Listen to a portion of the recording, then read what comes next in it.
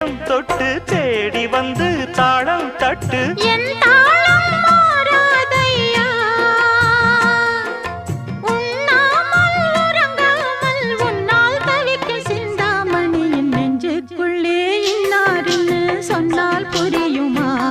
அது கொஞ்சி கொஞ்சி பேசுறது கண்ணில் தெரியுமா